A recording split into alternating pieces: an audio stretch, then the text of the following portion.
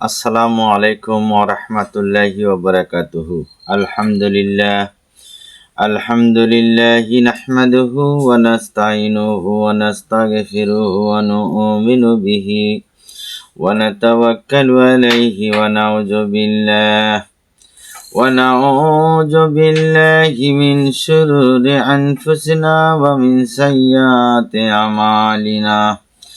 من يهده الله فلا مضل له ومن يضلله فلا هادي له ونشهد أن سيدنا وسندنا وحبيبنا ومولانا محمدا عبده ورسوله الذي أرسله بالحق بشيرا ونذيرا وداعيا إلى الله بإذنه وسراجا منيرا. فقد قال الله تعالى في كلامه المجيد وفرقانه الحميد: أعوذ بالله من الشيطان الرجيم. بسم الله الرحمن الرحيم. ومن آياته أن خلق لكم من أنفسكم أزواجا لتسكنوا إليها وجعل بينكم مودة ورحمة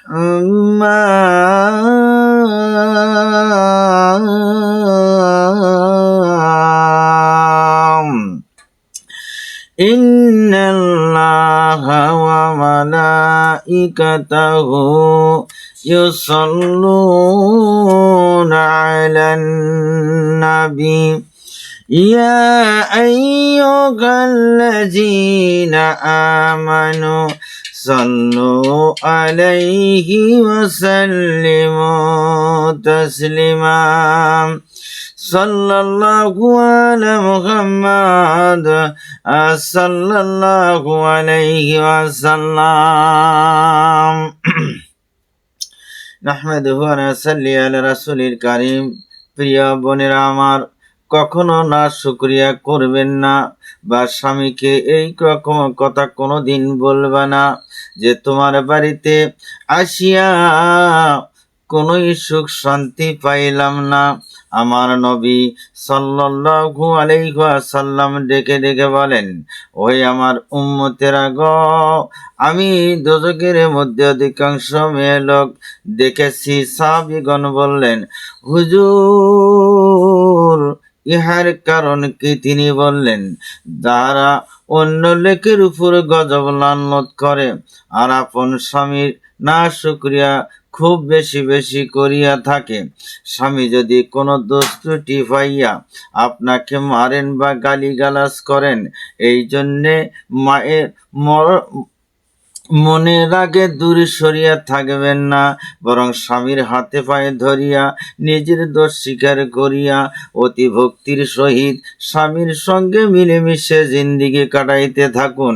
শ্বশুর শাশুড়ি বাঁচিয়া থাকা পর্যন্ত আদবের সাথে তাদের খেদমত করবেন ও হুঁশিয়ারির সহিত চলাফেরা করবেন, কোনো দোষ ধরতে যেন না পারে।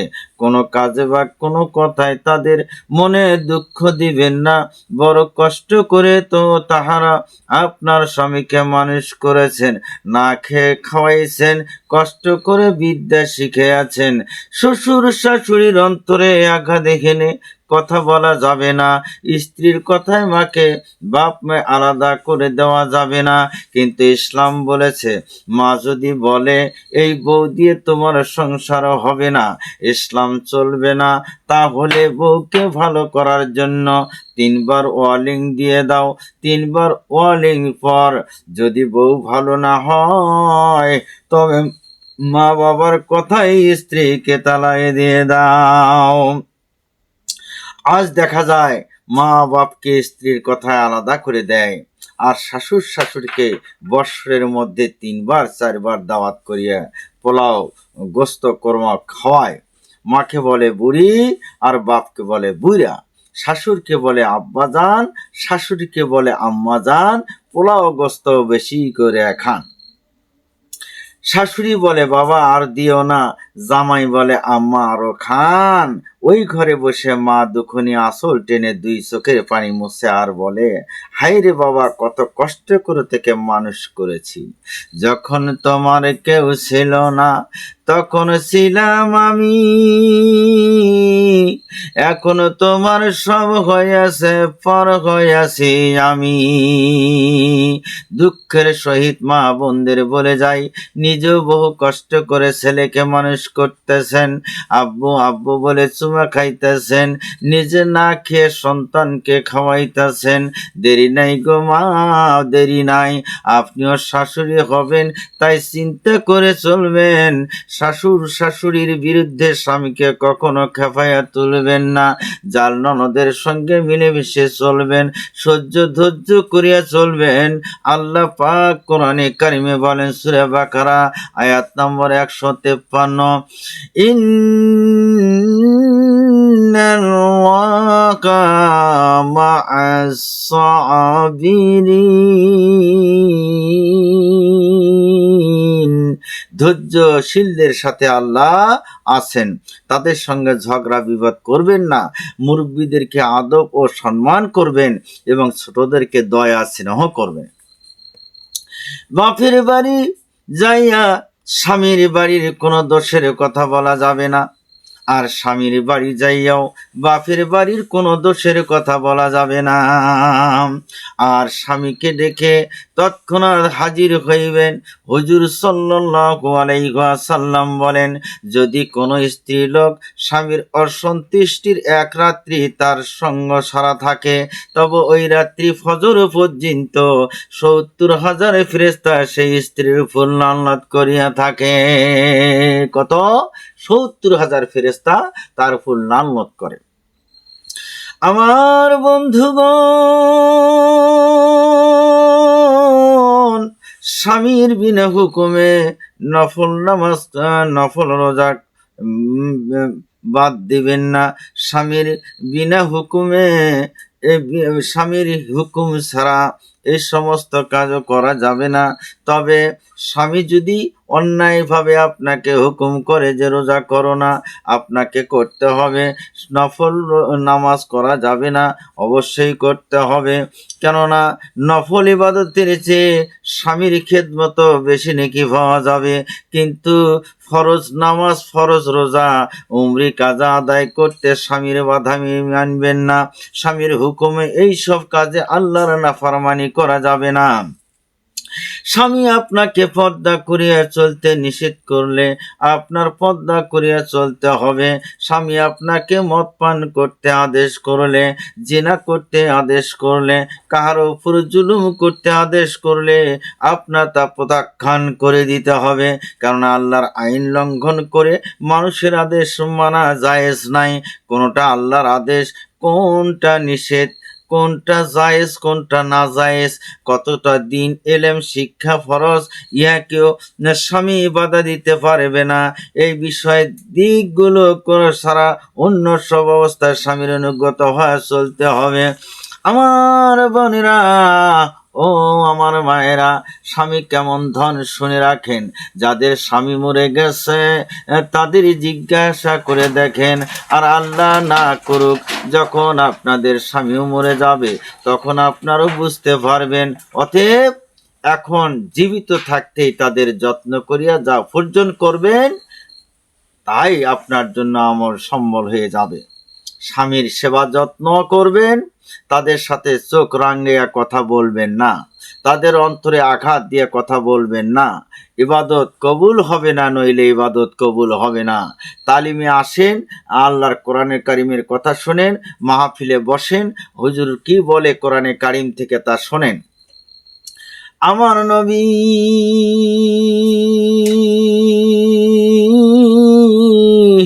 সাল্লাল্লাহু আলাইহি ওয়াসাল্লাম বলেন, 1 মাস স্বপ্নে দেখে তার মেয়ের কবরে দাউ দাউ করে আগুন জ্বলতেছে। মেয়ে দেখে বলে, মা গো, আমার স্বামীর কাছে আমার সালাম বলবেন, আমি তার অন্তরে ব্যথা দিয়ে কথা বলতাম, তিনি যেন আমাকে ক্ষমা করে দেন। মা ঘুমের থেকে উঠে দৌড় দিয়ে রাসূল করিম সাল্লাল্লাহু আলাইহি ওয়াসাল্লামের দরবারে আগমন করলেন। হুজুর সাল্লাল্লাহু আলাইহি সাল্লাম বলেন, তোমার জামাইকে নিয়ে আসো আমার কাছে। জামাইকে নিয়ে আসলে হুজুর সাল্লাল্লাহু আলাইহি ওয়াসাল্লাম বললেন, তোমার স্ত্রী কি তোমার অন্তরে ব্যথা দিয়ে কথা বলতো? সে বলল, হ্যাঁ, সে ব্যথা দিয়ে কথা বলতো। তুমি তাকে ক্ষমা করো নাই? সে বলল, না, আমি তাকে ক্ষমা করি নাই। হুজুর সাল্লাল্লাহু আলাইহি সাল্লাম বললেন, কেন ক্ষমা করো নাই? শোনো, তুমি তো তোমার স্ত্রীকে ভুলে গেছো, কিন্তু সে তো আজও তোমাকে ভুলে যায় নাই। তোমাকে সালাম জানিয়েছে, সালাম গ্রহণ করো। সে বলে, সালাম গ্রহণ করলাম, তবে আপনি কি জন্য আমাকে ডেকেছেন তাই বলেন। হুজুর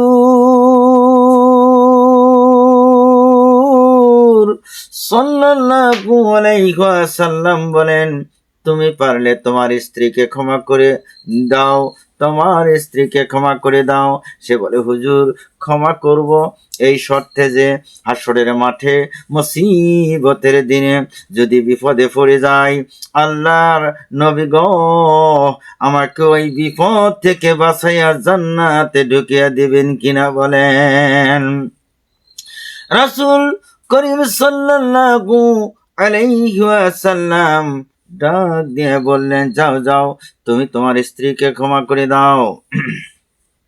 যাও যাও, তোমার স্ত্রীকে ক্ষমা করে দাও, ওই বিপদ থেকে বাঁচাইয়া আমি তোমাকে জান্নাতের মধ্যে ঢুকিয়ে দেব। সুবহানাল্লাহ। এইবার সে বলল, আমি আমার স্ত্রীকে ক্ষমা করে দিলাম। আর কয়েকদিন পরে তার মা ঘুমের ঘরে দেখে এইবার তার মেয়ে জান্নাতের বাগিচায় আরামে বসে আছে। আমার এইখান থেকে বিশাল একটা জিনিস শিক্ষা হয়ে গেল আমার ভাইয়েরা। ও মা বোনেরা, শুনে রাখেন, স্বামীর অন্তরাঘাত দিয়ে কোনো কথা বলা যাবে না। স্বামীর অন্তরে কোনো দুঃখ দিয়ে কথা বলা উচিত নয়। রোজ কিয়ামতের দিন হাসরের ময়দানে জান্নাতে যাওয়া কঠিন হয়ে যাবে। অনেক ফরজ গোসল করে না, একটা ফরজ গোসলের জন্য অনেক ঘুম থেকে উঠে 8টা-9টার দিকে জমিনে বলে, হে আল্লাহ, ওই নাফাক ব্যক্তিরা আমার উপরে কদম রাখে কেন? তুমি আমাকে হুকুম করো, আমি ওদেরকে গ্রাস করে ফেলে দেই। আমি মা বোনদের বলে যাই, এটা পাপ, অন্যায় ছাড়া আর কিছু নয়। যারা বেলা উঠলে ফরজ গোসল করেন, আসমান জমিনের সকল তাকে লানত করে এবং জাহান্নাম তার জন্য ঠিকানা হয়ে যায়। নাউজুবিল্লাহ। অনেকে স্বামীকে চোখ রাঙ্গাইয়া কথা বলে, গালি দেয়। স্বামী আর কি বলবে? অনেক স্বামী আছে শ্বশুর বাড়ি থেকে অনেক জিনিসপত্র লইয়া বিবাহ করছে, তাই বিপদে পড়েছে তারা। এই দালানো শ্বশুর বাড়ির, এই খাটো শ্বশুর বাড়ি, বিছানা বালিশ শ্বশুর বাড়ির, এখন আর কিছুই বলার জায়গা নাই। তাই একটু ঝগড়া লাগলে স্ত্রী বলে, নামো নামো, খাট থেকে নামো।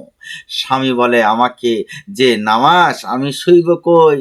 এই বলে বিছানা গিয়ে নিচে যা শুয়ে পড়ে, বিছানা থেকে নিচে যা শুয়ে পড়ে। নাউজুবিল্লাহ।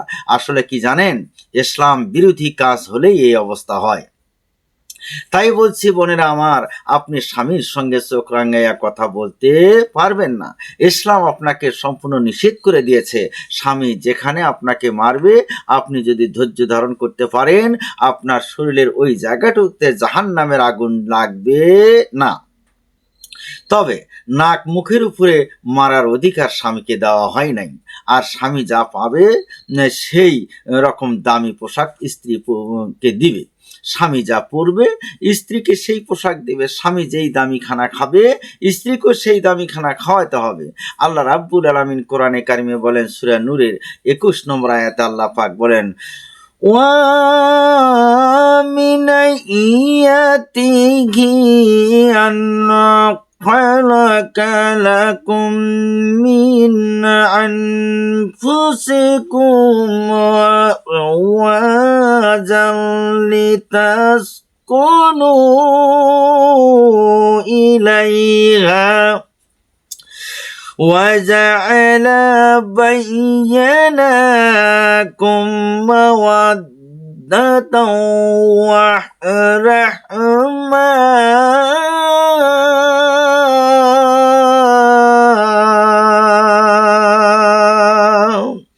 আল্লাহ রাব্বুল আলামিন কোরআনে কারিমে বলেন, আমার নির্দেশ সমূহের মধ্যে এটা একটা নির্দেশন যে আমি তোমাকে স্বামী স্ত্রী জোড়ায় জোড়ায় সৃষ্টি করেছি এবং একের প্রতি অন্যের মহব্বত সৃষ্টি করে দিয়েছি।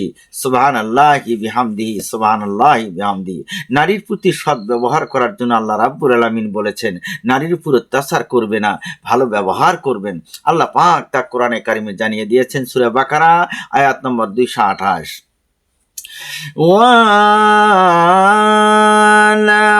وَلَكُنَّا مِثْلُ الْوَجِهِ عَلَيْهِنَّ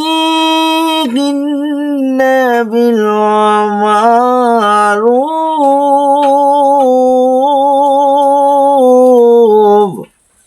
সৎ ব্যবহারে পাওয়ার ওই পরিমাণ অধিকার নারীদেরও আছে যতটুকু সৎ ব্যবহার তুমি তোমার স্ত্রীর কাছ থেকে পাওয়ার আশা করো।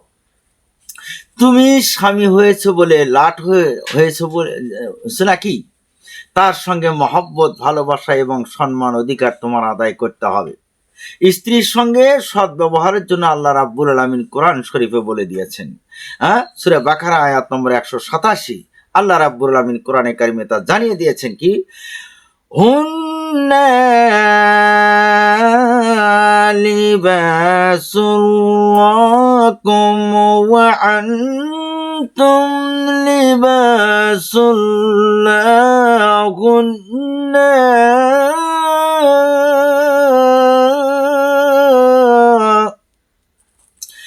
আল্লাহ রাব্বুল আলামিন বলেন, তোমাদের স্ত্রীরা তোমাদের জন্য পোশাক স্বরূপ এবং তোমরাও তাদের জন্য পোশাক স্বরূপ। পোশাকের সঙ্গে শরীরের যে সম্পর্ক আঙ্গাঙ্গিভাবে একের সাথে অপরের, এমনিভাবে স্বামী স্ত্রী মিল মহব্বত থাকবে, আন্তরিক তার সাথে একে অপরের গোপনীয়তা রক্ষা করবে। আল্লাহ রাব্বুল আলামিন তাই কোরআনে কারিমে বলেন সূরা নিসা আয়াত নম্বর 19, وَعَاشِرُوهُنَّ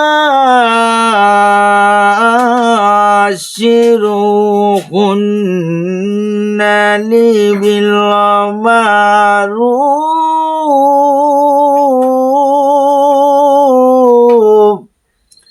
স্ত্রীদের সাথে সৎ ব্যবহার করো। একাধিক স্ত্রী থাকলে কোনো একজনের প্রতি ঝুঁকি পড়ে অন্যান্য স্ত্রীদেরকে ঝুলিয়ে রাখা অন্যায় কাজ। কোরআন শরীফে পরিষ্কার ভাষায় এটাকে নাজায়েজ বলে ঘোষণা করা হয়েছে। যে ব্যক্তি 2 অথবা ততোধিক স্ত্রীর মধ্যে ইনসাফ করে না এবং এক স্ত্রীর দিকে ঝুঁকে পড়ে থাকে, অন্যদের অধিকার আদায় করার ব্যাপারে ত্রুটি করে, সে জালেম খাতায় তার নাম পড়ে যাবে। ভরণ পোষণ, সৎ ব্যবহার, স্বামী স্ত্রী সুলভ জীবন যাপনের ক্ষেত্রে সকলের সাথে সমান ব্যবহার করতে হবে। কোনো স্ত্রীকে শারীরিক বা মানসিক কষ্ট, মারধর ও গালিগালাজ নির্যাতন করতে পারবেন না। আমার বন্ধুগণ,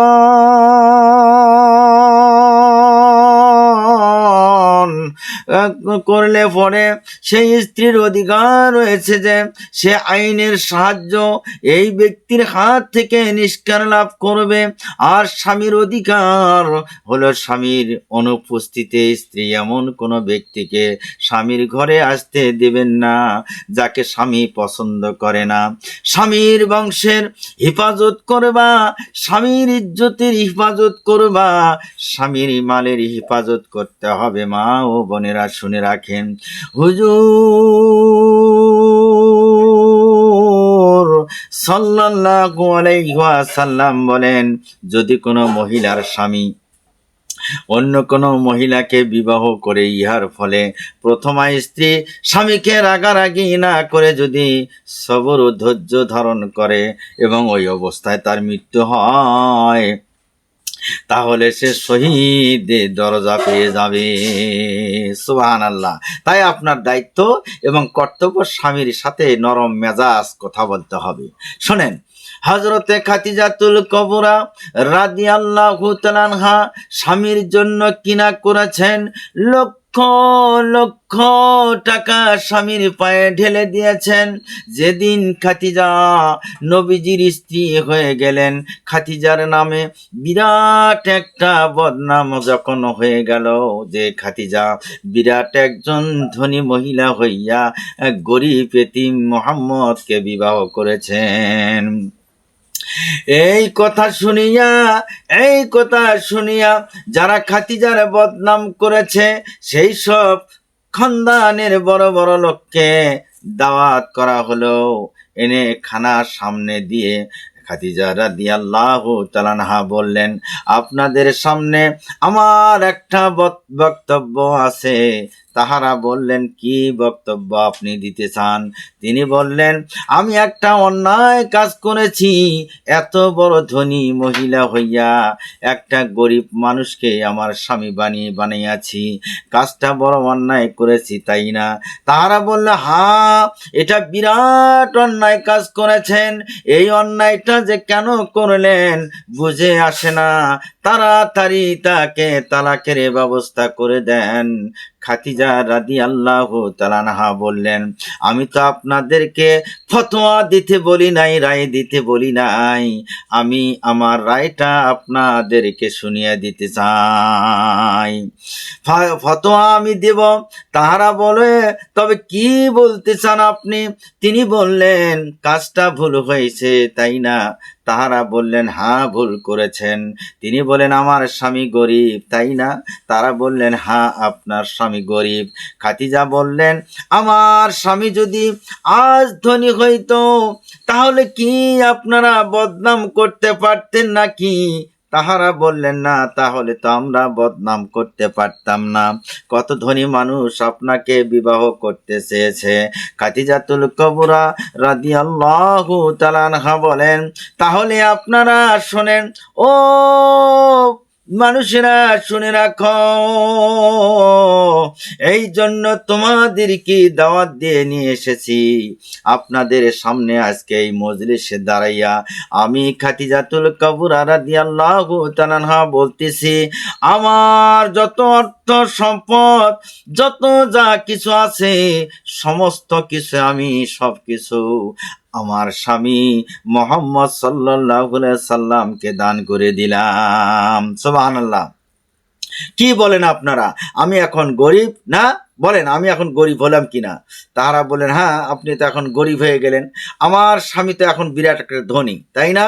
আপনারাই এখন বলেন, এত বড় ধনী লোকটার যদি আমার মতো গরিব একটা মেয়েকে বিবাহ করে তাহলে আমার কিয়ামত কিসমত খুলে যাবে। সুবহানাল্লাহ। দেখেন স্ত্রী তার স্বামীর প্রশংসা কেমন করে করলেন। এই জন্য আল্লাহর নবী খাদিজাকে ভুলতে পারেননি। আমার ভাইরা, মদিনায় গিয়ে একবার আল্লাহর নবী হযরত আয়েশার ঘরে ঘুমিয়ে আছিলেন। হযরত আয়েশা বলেন, রাত্রি যখন গভীর হয়ে গেল, হঠাৎ ঘুম থেকে উঠে দেখি নবী আমার বিছানায় নাই। নবী আমার কোথায় গেছে? রাত্র গভীর হয়ে গেছে, দেখি না নবী কোথায় চলে গেছে। নাই, বিছানায় নাই। আমি পাগলের মতো হয়ে গেলাম, স্বামী আমার কোথায় গেল? আমি ভাবলাম মসজিদের নববীতে বুঝি ইবাদতের জন্য চলে গেছেন। ওইখানে গিয়ে দেখি মিম্বরের পাশে দাঁড়িয়ে দুটি হাত তুলে ধরে আল্লাহর নবী কাঁদছেন। আল্লাহর নবীর গাল বেয়ে বেয়ে ঝর্ণার মতো পানি পায়ে পড়তেছে। হযরত আয়েশা সিদ্দিকা রাদিয়াল্লাহু তাআলা আনহা আল্লাহর নবীর পেছনে দাঁড়াইয়া চুপ করে শুনতে লাগলেন। আমার ভাইয়েরা, নবী বলেন, আল্লাহ গো, ও আল্লাহ,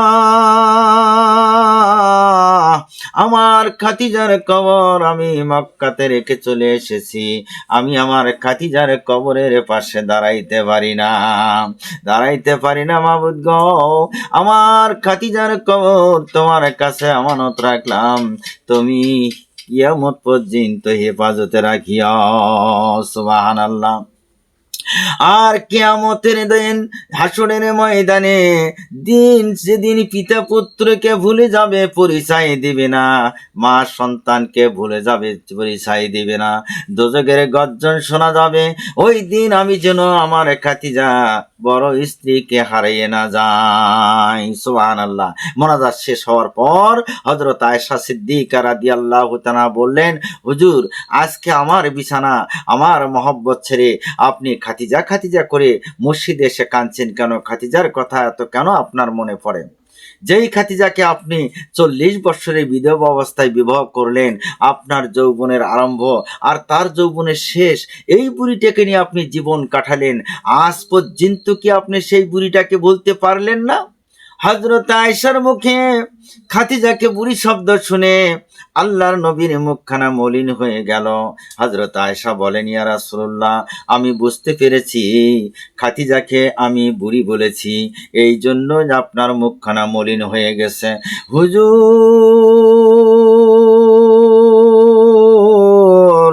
আপনি আমাকে ক্ষমা করে দেন, আমাকে ক্ষমা করে দেন, আমি আর এমন কথা জীবনে কোনোদিন বলবো না। হুজুর, খাতিজার সম্পর্কে আমাকে কিছু শুনিয়ে দেন। হুজুর, খাতিজার সম্পর্কে আমাকে কিছু শুনিয়ে দেন। আমার বন্ধুগণ,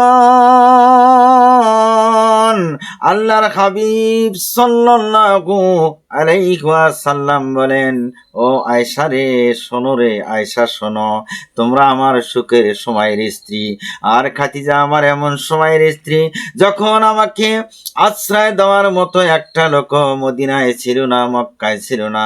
গভীর রাত্রে আমি দিনের দাওয়াত দিয়া কাফেরদের নির্যাতন সহ্য করে যখন বাড়িতে ফিরতাম, দরজায় ডাক দেওয়ার সাথে সাথে দরজা আমার খাতিজা খুলে দিত।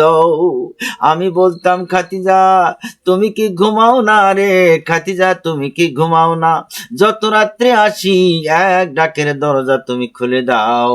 খাতিজা বলো রে, খাতিজা বলো। ইয়া রাসূলুল্লাহ। খাতিজা ডাক দিয়ে বলতে লাগলেন, ইয়া রাসূলুল্লাহ, ইয়া হাবিবাল্লাহ, আপনার চিন্তায় আমি বিছানায় আরাম করতে পারি না। আপনি দিনের দাওয়াতের জন্য কষ্ট করতেছেন, আপনি না আসা পর্যন্ত আমি এই দরজাটার সাথে পিঠ লাগাইয়া দাঁড়াইয়া দাঁড়াইয়া ঘুমাই। সুবহানাল্লাহ। ও আয়েশা, খাতিজার সম্পর্কে তোমাকে আর কি শোনাবো রে? আমি যখন হিরাই গুহায় ধ্যানে বসতাম, 1 দিন 2 দিন 3 দিনও বাড়িতে আসতাম না, ওইখানে খাতিজা আমার জন্য খাদ্য দিয়ে আসতো ওই গুহার ভিতরে। আয়েশা, আমি খাতিজার সম্পর্কে তোমাকে আর কি জানাবো? আমি যেই দিন নবুয়ত পাই গো আয়েশা,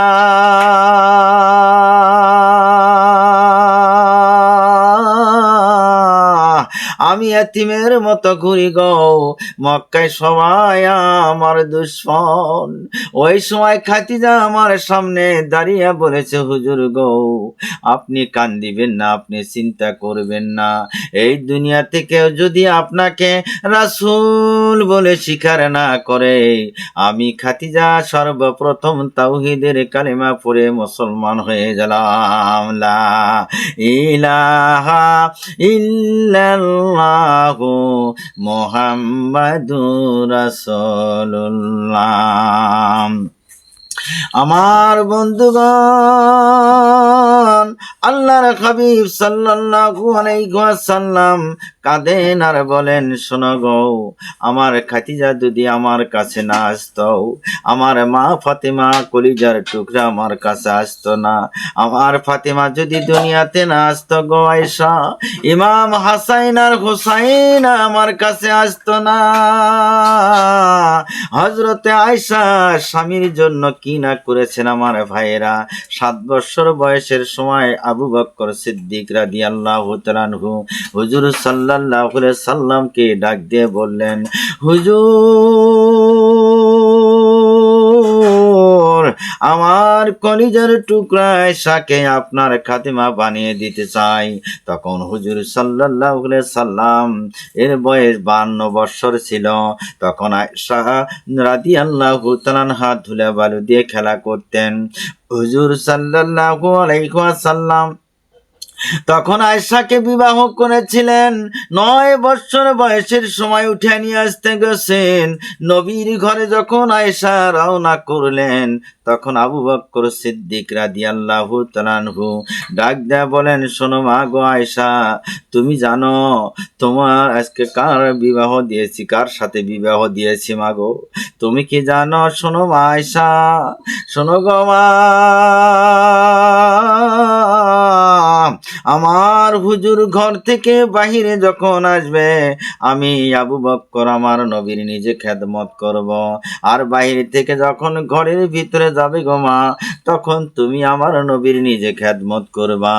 ওয়াদা করে যাও মা, তুমি ওয়াদা করে যাও আমার নবীর সাথে কোনো চোখ রাঙাইয়া কোনোদিন কথা বলবে না, জীবনে কোনোদিন রাগান্বিত হব না। ওয়াদা করে যাও মা, না কে জমিনে পেট লাগাইয়া রাখবা, আমার রাসূলের কাছে কোনোদিন খানা চাইবা না।